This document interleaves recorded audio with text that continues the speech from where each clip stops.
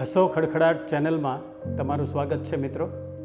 આ ચેનલમાં તમને ખડખડાટ હસાવતી વાર્તાઓ સાંભળવા મળશે, તો જલ્દીથી ચેનલને સબસ્ક્રાઈબ કરી દો અને બેલ આઇકન દબાવી દો। તો આજની વાર્તા છે પંથુભાઈનું પરાક્રમ। વાર્તાના લેખક છે ભરત ચકલાસિયા, એટલે કે હું મારા સ્વમુખે તમને આ વાર્તાઓ સંભળાવીશ।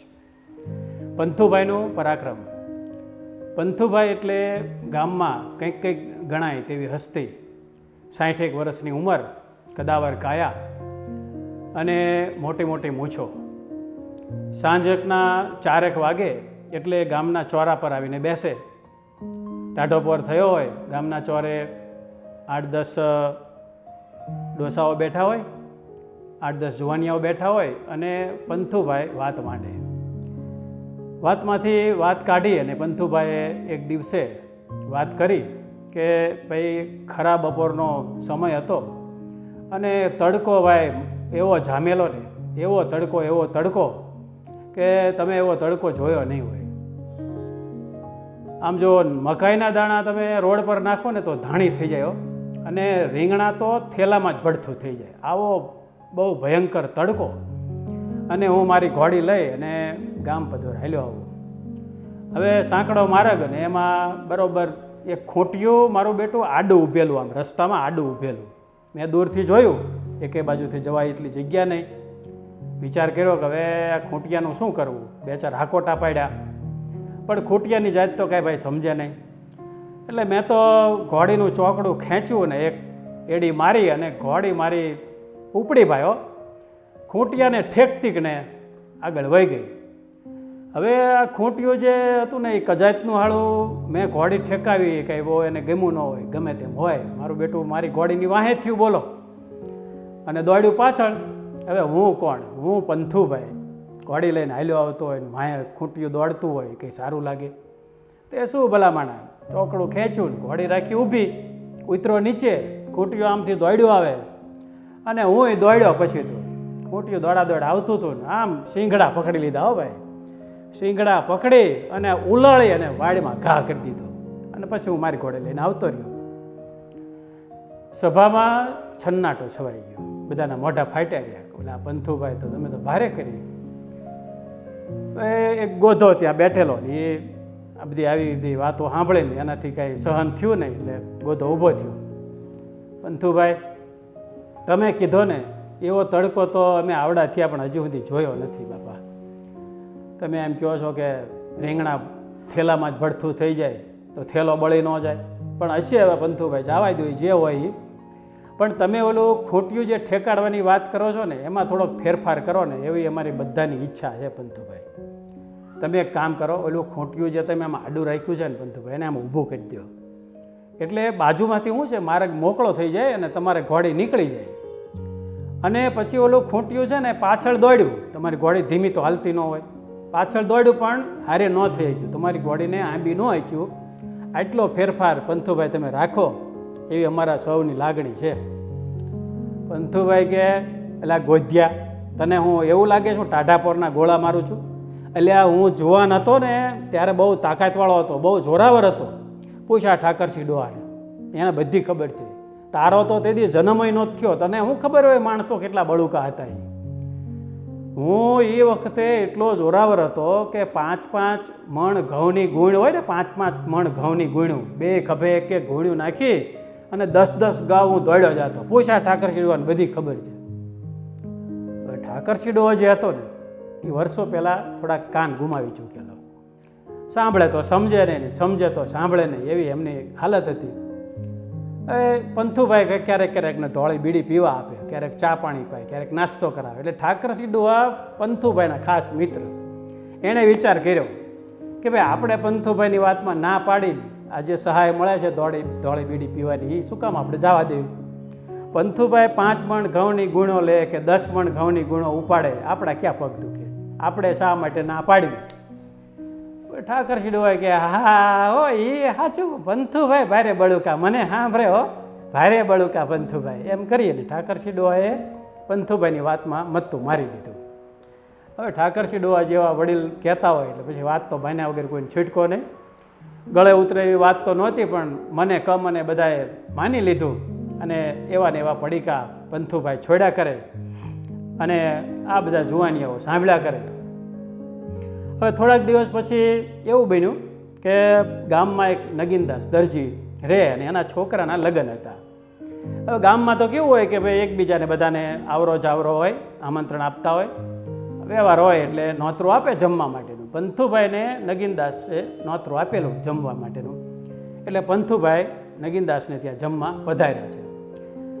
હવે એ વખતે તો શું હતું, આ અત્યારના બુફે જેવી સિસ્ટમ હતી નહીં, એટલે લોકો આમ પંગતમાં લાઈનમાં બેસીને જમતા, એટલે પંગત પડવાની હજી વાર હતી, એટલે એની રાહ જોઈ અને નગીનદાસના ઘરની બહાર બધા બેઠેલા.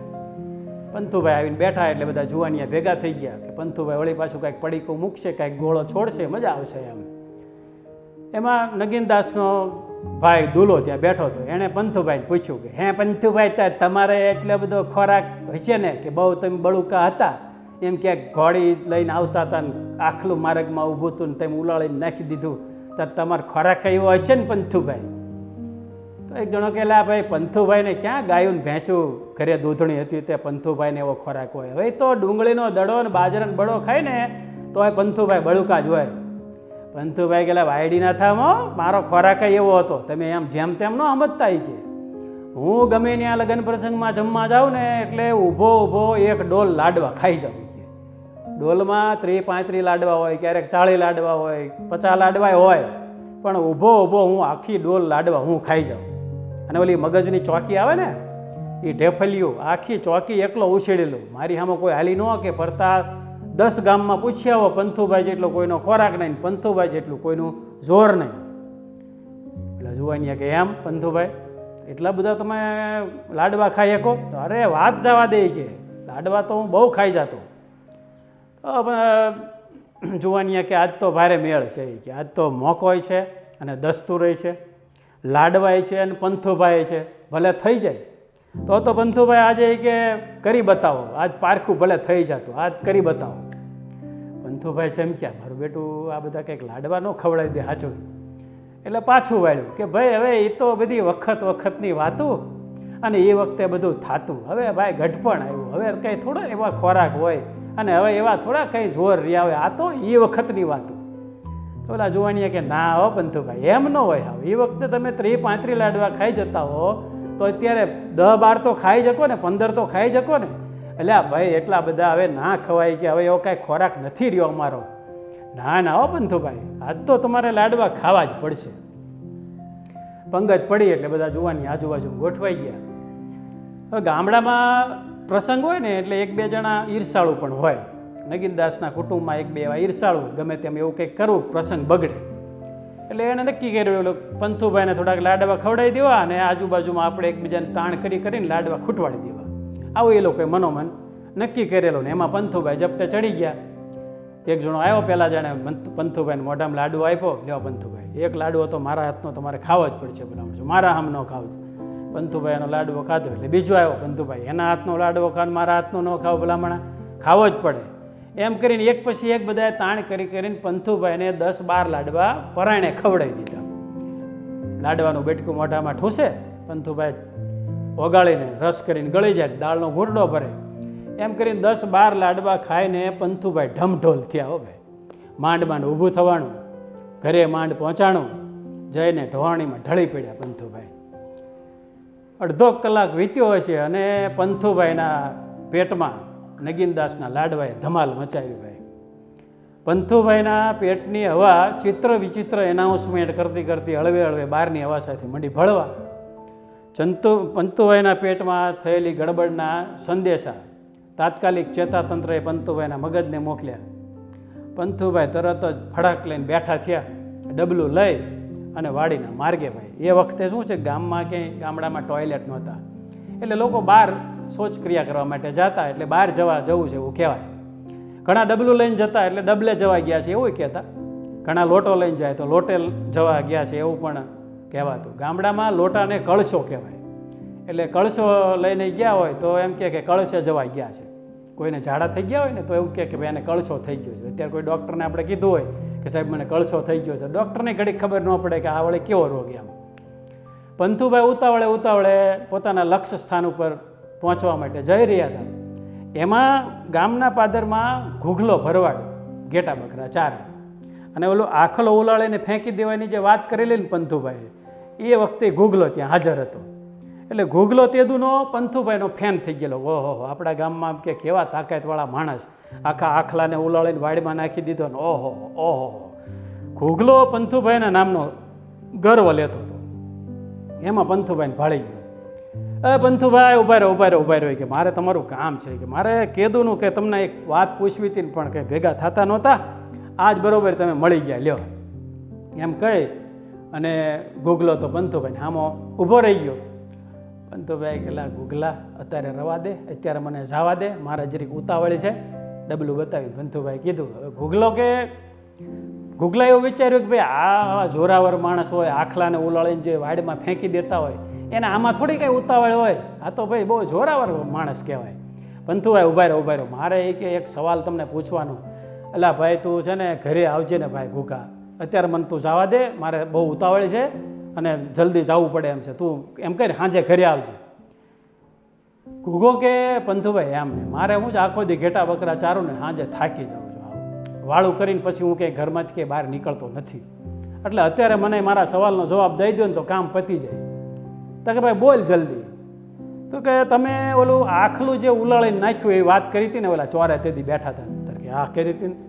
કે માનો ને આમ આખલું દોડ્યું આવતું હતું, બરાબર, તમે તમારી ઘોડીને અહીંયા દોડ્યું, એ તો કાંઈ વાંધો નહીં, હાલો કદાચ દોડ્યું હોય, તમે નીચે ઉતર્યા, પછી તમે આમ હામાં દોડ્યા, આખલાની સામે દોડ્યા, આખલો તમારી સામે આવતો હતો ને તમે આમ જતા હતા, તમે આખલાના શીંગડા પકડી લીધા, બરોબર પંથુભાઈ? તો કે હા ભાઈ, જટ તું બોલ, હવે ઉતાવળ છે મારે ભલામણા. એ કે તમે આમ શીંગડા પકડીને આખલાને આમ ઉલાળ્યું, ઊંચું તો કર્યું હોય છે ને, કે આમ ઉલાળવા માટે ઊંચું કરવું જ પડે પંથુભાઈ? કે હા, ઊંચું કર્યું હતું ને. એટલે આ શીંગડા પકડીને તમે આખલું ઊંચું કરો તો આખા આખલાનું વજન શીંગડા ઉપર ન આવી જાય, તો શીંગડા ભાંગી ન જાય. પંથુભાઈ આ મને ગળે નથી ઉતરતું, તમે આ સમજાવો મને. પંથુભાઈ કહેલા ભલામણા, એ વખતની વાતો અને એ વખતે બધું થતું, હું તે દી જુવાન હતો, જોરાવર હતો, એ વખતે એ બધું થતું, એમ ન થાય ને પંથુભાઈ. શીંગડા ઉપર ભાર તો તમે જુવાન હતા તોય આવે ને ગઢા હોય તોય આવે જ કે, અને શીંગડા ઉપર ભાર આવે તો એ શીંગડા આખા આખલાનો ભાર ઝીલી શકે નહીં, આ મને ખબર છે, આ તમે મને સમજાવો, મને આ ગળે ઉતરતું નથી.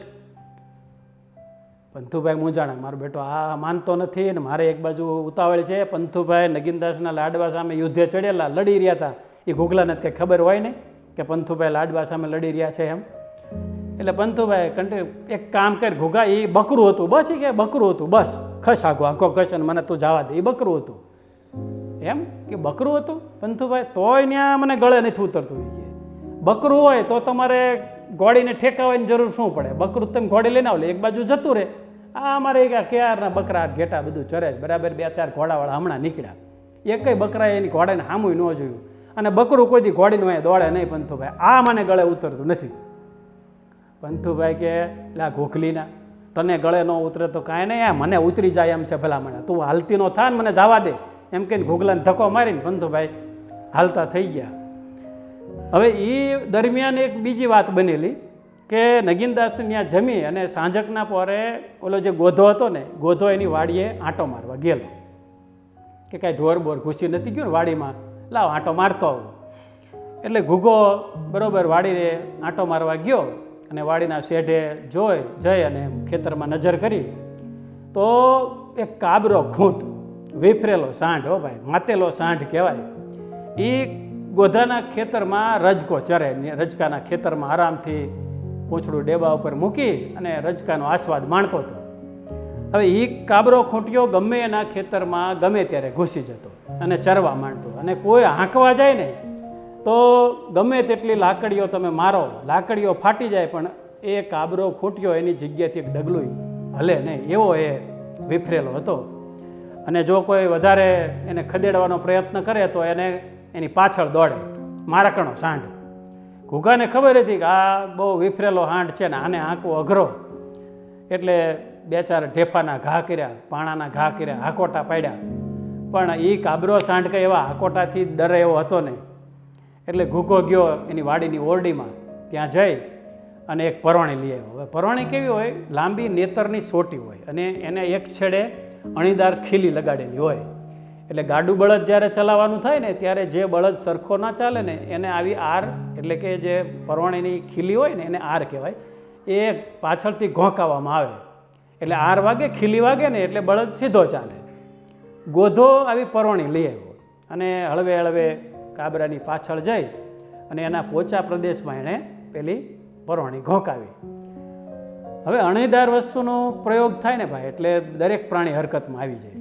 જેવી અણી કાબરાને વાગી એવો જ કાબરો વિફર્યો, ફૂફાડો મારી અને બે પગ ઊંચા કરીને યુટર્ન માર્યો. ગોધાને ખબર હતી કે આપણે જે પ્રયોગ કર્યો છે એનું પરિણામ શું આવવાનું છે. કાબરો જેવો ગોથું મારવા ધસ્યો એવો જ ગોધાએ ચોથા ગેરમાં ગાડી નાખી એની ગામના માર્ગે વહેતી મૂકી દીધી. આગળ હાથમાં લાકડી રહી ગઈ છે ને પાછળ ઓલો ગોધો ખૂંટ ગોથું ન મારી દે ને એનું ધ્યાન રાખી અને ગોધો ભાગ્યો. અને બીજો આ કાબરો ખૂટ્યો એની પાછળ દોડ્યો, કારણ કે આર ઘોંકાવેલી ને એટલે એને બદલો લેવો જરૂરી હતો.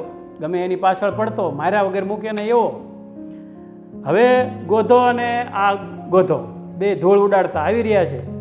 પંથુભાઈ ઓલા માર્ગમાંથી વાડીની પાછળ, આમ વાડની પાછળ જવા માટે આમ જ્યાં પગ માંડ્યો અને આમથી ધૂળનો ગોટો ને ઉડતો આવેલો જોયો. પંથુભાઈ આમ નજર કરી કે ઓહ, કોઈક જુવાનીઓ દોડ્યો આવે છે, હાથમાં લાકડી છે, પાછળ કોઈક જનાવર. ઓહો, એટલે આ તો ઓલો કાબરો ખૂટ્યો કે. પંથુભાઈ કાંઈ વિચાર કરે ના કરે ત્યાં ઓલા ગોધો છે ને પંથુભાઈને જોઈ ગયો. એ પંથુભાઈ ઉભા રહો, ઉભા રહો, ઉભા રહો. એ કે મારી પાછળ ઓલો કાબરો ખૂટ્યો આવે છે ને તમે એને ઉલાળીને વાડીમાં નાખી દો ને તમે તો સ્પેશિયાલિસ્ટ છો ખૂટિયા ઉલાળવાના, હમણાં મને ગોથું મારી દે છે. હે પંથુભાઈ ઉભા રહો, ઉભા રહો. એમ કરી અને ગોધો દોડા દોડ પંથુભાઈ પાસે પહોંચી ગયો.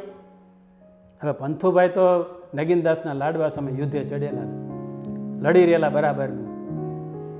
ગોધો સાઈડમાંથી એક બાજુ નીકળી ગયો અને ઓલો ખૂંટ્યો જે ગોથું લઈને આવતો હતો એ ગોથું એને મારવાનું હતું ઓલા ગોધાની પૂંઠે. અને આવી ગયા ઘામાં પંથુભાઈ. જે ગોથું ગોધાની પૂંઠે લાગવાનું હતું એ પંથુભાઈના પેટમાં વાગ્યું. અને જેવું ગોથું વાગ્યું, પંથુભાઈ લાડવા સામેનું યુદ્ધ એ જ મિનિટે ત્યાં હારી ગયા. અને ગોધાએ, ખૂટિયાએ પંથુભાઈને ઉલાળી અને વાડીમાં નાખી દીધા. એ દરમિયાન પંથુભાઈના પેટમાં જે લાડવાનો સ્ટોક થયેલો ને જ્યુસનો, એ પંથુભાઈએ ખૂટિયાના માથા ઉપર જ ખાલી કરી નાખ્યો. અને પંથુભાઈ ઉલળીને વાડીમાં પડ્યા. એ જ જગ્યાએ એમનું લક્ષ્ય સ્થાન હતું, જ્યાં એમને પહોંચવાનું હતું ત્યાં પંથુભાઈ પહોંચી ગયા. હવે આ ખૂટિયાએ પંથુભાઈને ઉલાળીને નાખી દીધા એ તો હકીકત. પંથુભાઈએ ખૂટિયાને ઉલાળીને નાખ્યો હતો કે નહોતો નાખ્યો એ તો પંથુભાઈને જ ખબર હતી. ગોધો દોડાદોડ ગામમાં ગયો અને પોતાને બચાવી લીધા પંથુભાઈ. એટલે જઈને મળ્યો, બધાને બોલાવો કે હાલો હાલો, પંથુભાઈને ઓલા ખૂટિયાએ ઉલાળીને વાડીમાં નાખ્યા છે ને પંથુભાઈ 3 કટકા થઈને વાડીમાં પડ્યા છે ને, એટલે દોડજો ને, એટલે હાલો. ગામમાં દેકારો કર્યો ગોધાએ. એટલે ગામના જુવાનિયા બધા ભેગા થયા લાકડીઓ લઈ લઈને. આજ તો એ ખૂટિયાની ખેર નથી ને આજે પંથુભાઈને વગાડ્યું, કાલે આપણા બૈરા છોકરાને વગાડ છે ને, આજે એને પકડીને માજનમાં મૂકી આવ્યો છે ને, એટલે હાલો હાલો કરતાં બધું ટોળું આવ્યું ઘટના સ્થળ ઉપર. હવે ગામ લોકોને જોઈને પંથુભાઈ તો વાડમાં પડેલા, પગમાં કાંટા વાટા ઘૂસી ગયેલા ને પગ ભાંગી ગયેલો ને. આ લોકોને જોયા એટલે પંથુભાઈ પાછી કેસેટ ચાલુ કરી કે હોય હોય બાપલિયા કે ભારે કરી મારા બેટે આજ વેર લીધું. એ કે એના બાપને ઉલાળીને મેં આ જ જગ્યાએ નાખ્યો હતો ને આજ કે એણે મને ઉલાળીને અહીંયા નાખ્યો. આજ એ જુવાન છે ને તેથી હું જુવાન હતો ને મારો બેટો એણે વેર લીધું કે આ જનાવરે ભૂલે નહીં હો, મારા બેટે વેર લીધું. એ કે આજ એ જુવાન છે ને તેથી હું જુવાન હતો ને. એમ મીડ્યા પંથુભાઈ કરવા. પેલા ગામના જુવાનિયા બધા ખેંચીને બહાર કાઢ્યા, મોઢા આડા રૂમાલ દીધા. આખું વાતાવરણ પ્રદૂષિત થઈ ગયેલું. નગીનદાસના લાડવા ચારેય કોઈ ઉડેલા, ડબલું એક બાજુ જમીન દોષ થઈને પડેલું. પંથુભાઈ કહેલા ભારે કરી મારા બેટે વેર લીધું. ઓલા એક બે જુવાનિયા કે મૂંગા મારો મૂંગા આવે, તમે પંથુભાઈ હવે ફાંકા મારવાનું બંધ કરો. એટલા બધા જોરાવર હતા તા બધા રોકી કેમ ન હોય ક્યાં તમે ઉલાળી નાખી દેવું તો ને ખૂટિયાને, મૂંગાર્યો ન કરાય એને મૂકીને જતા રહેશું. પંથુભાઈ કે હશે ભાઈ, એમ કરો બાપા, પણ મારા બેટે વેર લીધું. પંથુભાઈ બંધ ન થાય.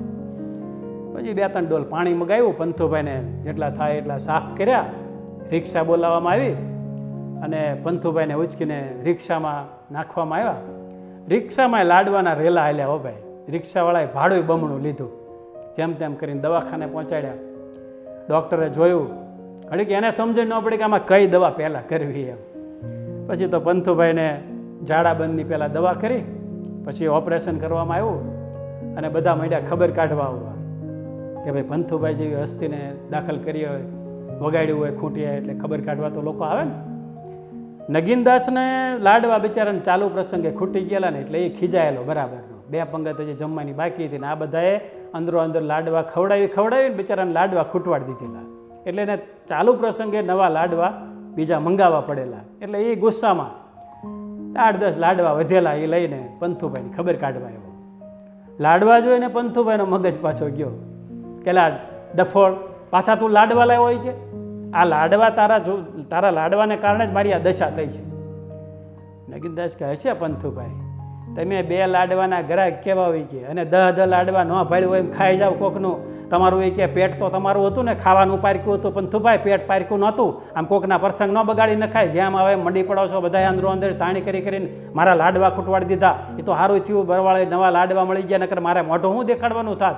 હજી ભૂખ હોય તો લ્યો ખાઓ લાડવા, ન ભાડ્યા હોય તો. નગીનદાસ ખીજાય નહીં, લાડવાની કોથળી પંથુભાઈના મોઢા ઉપર મારીને જતો રહ્યો. પંથુભાઈ કે આ મારો ખરો છે.